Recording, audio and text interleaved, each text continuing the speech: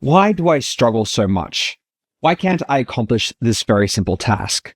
Maybe you've asked yourself some version of these questions, worrying that there's something fundamentally wrong with you. If you're an autistic or an ADHDer, you've likely heard these words or felt them far too many times. And each time, it chips away at your sense of belonging, leaving you wondering if you're somehow unworthy of the space you take up. Questions like these reflect a world that wasn't built for your neurotype. And today, I want to talk about how we internalize these hurtful words, how they shape our sense of identity, and most importantly, how we can break free. Hi, I'm Essie. I'm an autistic and ADHD therapist. Today, we're diving into a topic that's at once deeply personal and painfully universal: internalized ableism. Specifically, we'll explore all those why can't you questions that we as autistics and ADHDers keep hearing, or worse, keep asking ourselves. If we think back, many of us can pinpoint the first time these questions made us feel less than. Maybe it was in kindergarten or early elementary school. Perhaps you remember a teacher who said, "Why can't you stay in your seat like the other kids?"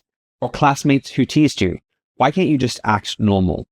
You might have struggled with tasks like tying your shoelaces or writing neatly, only to find yourself called out for what felt like basic everyday skills.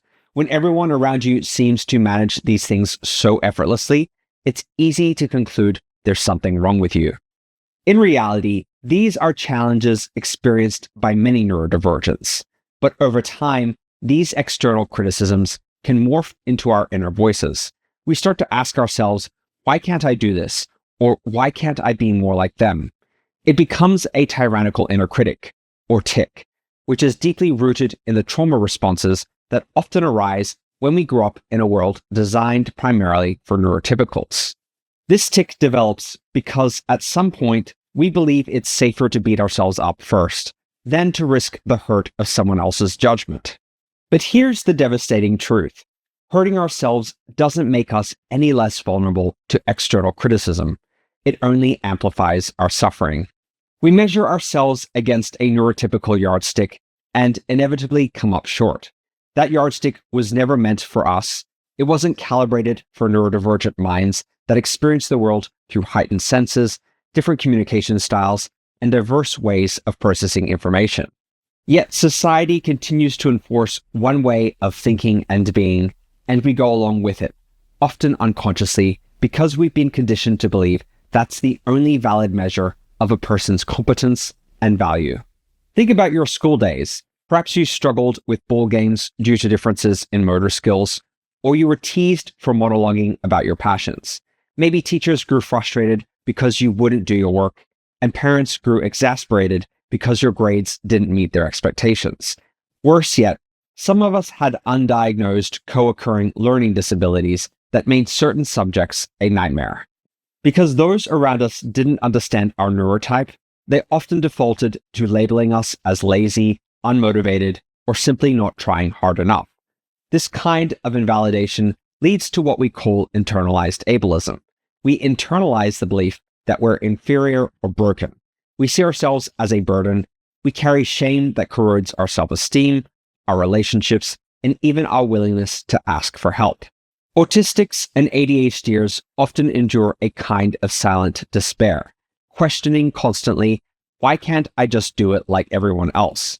But it's not because we're incapable, it's because the environment and expectations around us refuse to bend, forcing us to break instead. Society tells us to pull ourselves up by our bootstraps, but many of us never even had bootstraps to begin with.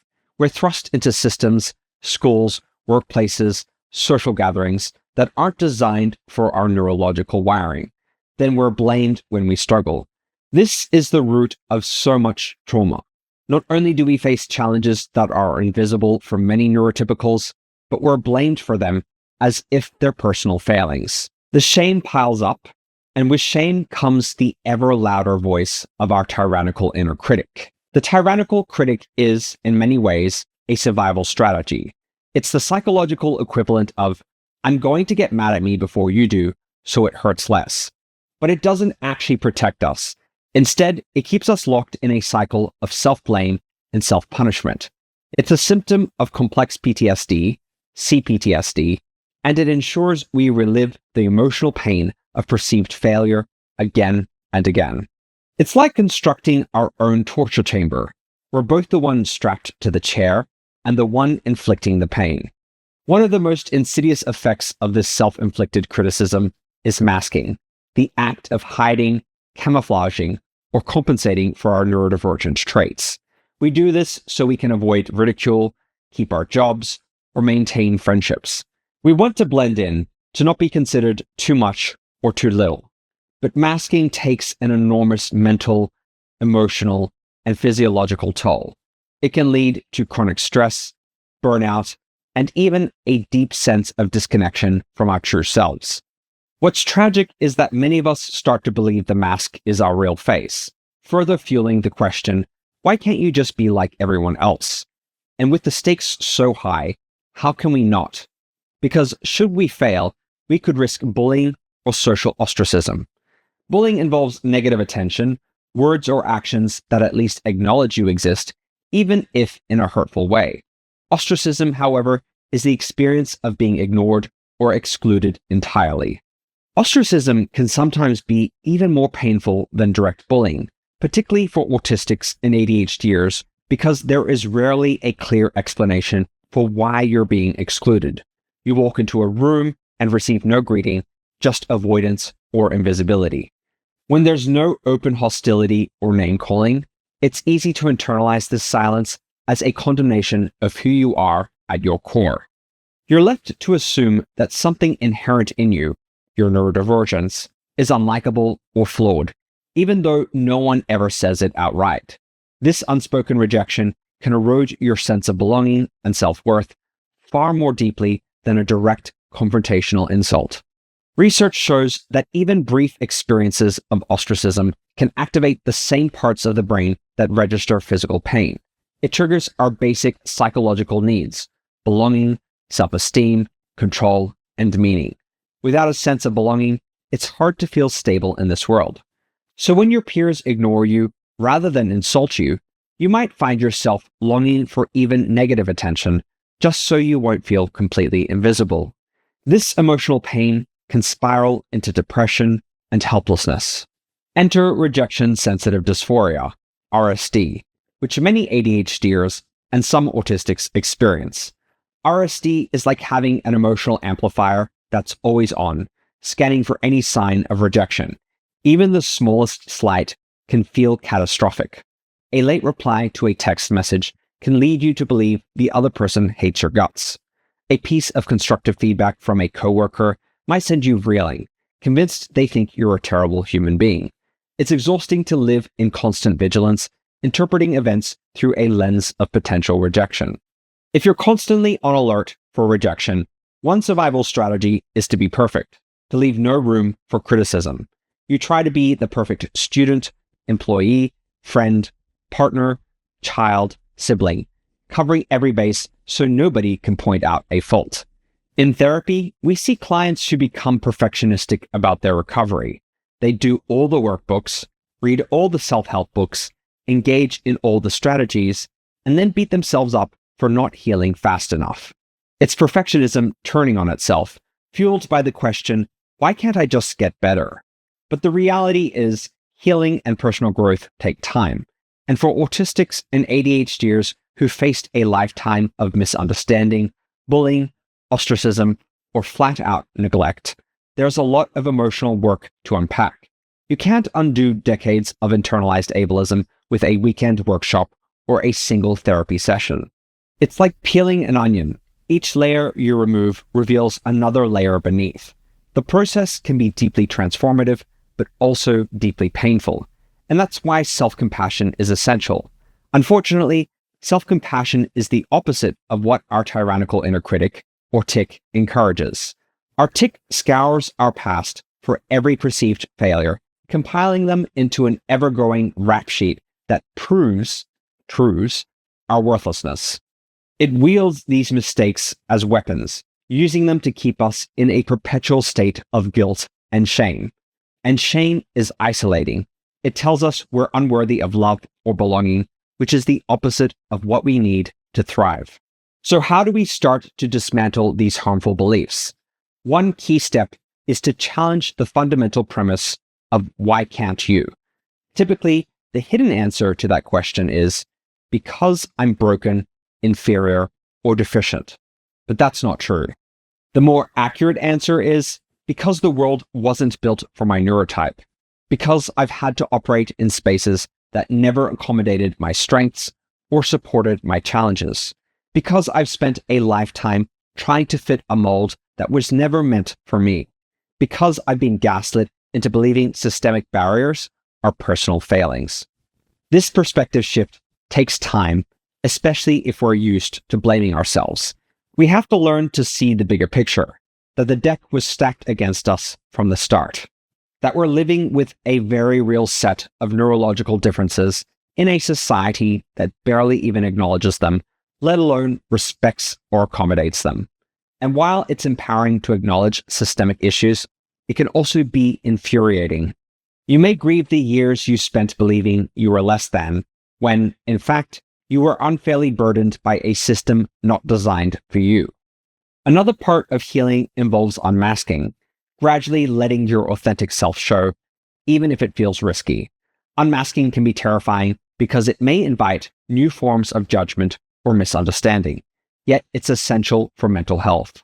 Whether that means stimming in public when you're overwhelmed, or telling your friends you're having a hard time with a noisy venue, or explaining to your boss that you need quiet hours to be productive, every act of unmasking is a step toward acknowledging, I am who I am, and I have needs that matter.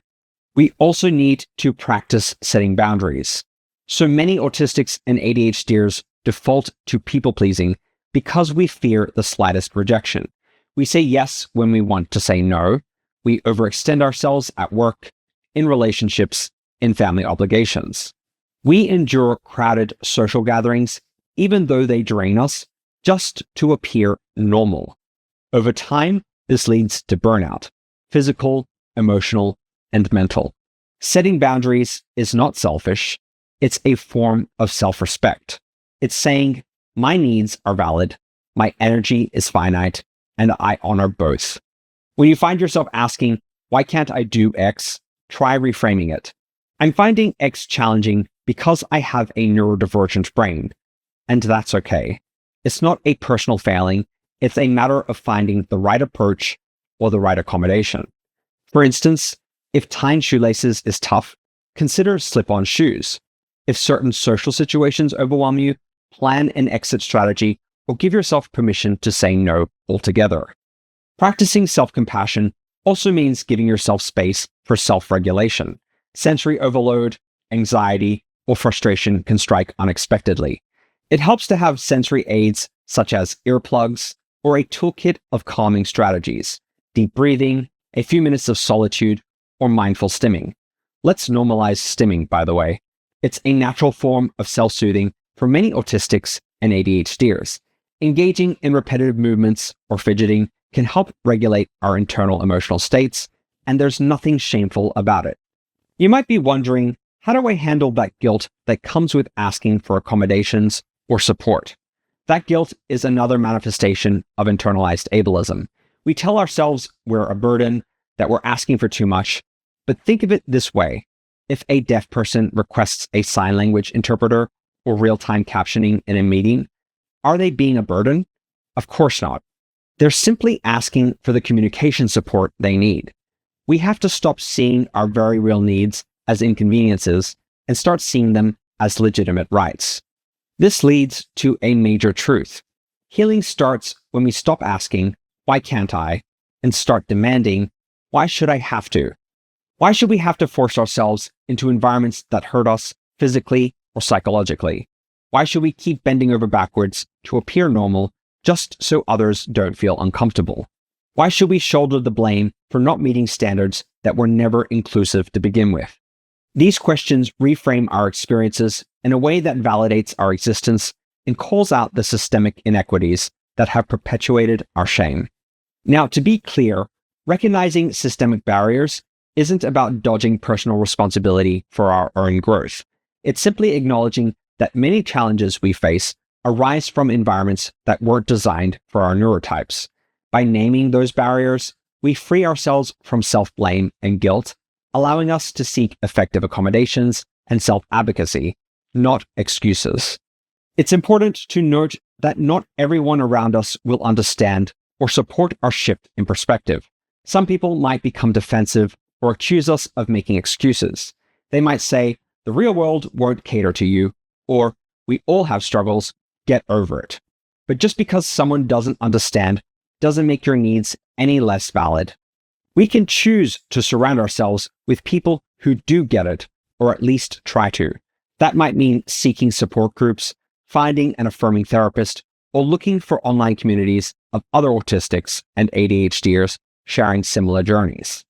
Let's address the fear of losing relationships or opportunities by unmasking and demanding accommodations. Yes, some people won't like the change in you. They're used to you bending over backward to fit their expectations, and your authenticity may make them uncomfortable. But think about it. Is it worth pretending to be someone else just to maintain relationships based on a false version of you? Over time, living authentically can open up space for more genuine connections. People who accept you for who you truly are, not who they want you to be.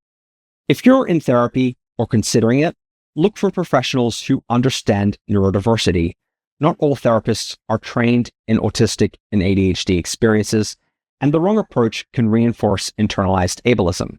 For instance, therapy that focuses solely on fixing your autistic traits is missing the point entirely. A good therapist will help you process your experiences, deal with your trauma, and learn strategies to navigate a neurotypical world without losing who you are. They'll also help you work through the shame and self-blame that comes with constantly being told, "Why can't you?" Another big piece of the puzzle is advocacy, both self-advocacy and systemic advocacy. Self-advocacy starts small. It might mean telling a friend, "I'm overwhelmed by all this noise. Can we step outside?" Or emailing your professor or boss to explain you need instructions in written form. Systemic advocacy is broader, involving pushing for policy changes that make workplaces, schools, and public spaces more accessible. Each time we stand up for ourselves and others, we chip away at the larger system that says neurotypical is normal and everything else is lesser. As we wind down, I want to revisit the question, why can't you? The real answer isn't because I'm broken. The real answer is a list of systemic, societal, and neurological factors that converge to make certain tasks unnecessarily difficult for us. And guess what? None of those reasons negate your worth or capability. They simply clarify the context in which you're operating. You're allowed to have different needs. You're allowed to approach life in ways that work for you, even if they look weird or unconventional to others. When you catch yourself sliding into self-blame, remind yourself, I'm not a problem to be fixed. I'm a person who deserves to exist in an accommodating world. This shift isn't magical or instantaneous. It requires daily practice, a supportive environment, and sometimes professional help to unravel years of internalized messages. But it is possible, and it's worth it. Because once you free yourselves from the tyranny of why can't I, you open up a new realm of possibilities, spaces where you can be yourself without constantly apologizing for it. I want to invite you to take a moment to reflect on your own experiences. Where have you felt that sting of why can't you in your life? How did it shape your self-view? And crucially, what small steps can you take today to challenge that narrative? Maybe it's writing down a list of accommodations you genuinely need. Maybe it's having a difficult but necessary conversation with a loved one about your boundaries. Or maybe it's simply allowing yourself to stim or daydream without shame. Every step counts. So next time you hear that voice, your own or someone else's, asking, why can't you? Take a deep breath and remember, because the world wasn't built for my neurotype, because I've been asked to navigate spaces that ignore my needs, because I've had to mask and overcompensate just to survive, because my energy goes into trying to pass as normal, leaving little else for anything else. Because my energy goes into trying to pass as normal, leaving little for anything else. And above all, because I am not broken, and I refuse to accept a label that suggests I am. Instead of self-blame, let's ask the real question. Why should I have to? Thank you so much for watching. Remember, you are worthy, you are capable, and you deserve support and understanding on your journey as an autistic and ADHDer. And if you found value in this video, please like, subscribe, and share.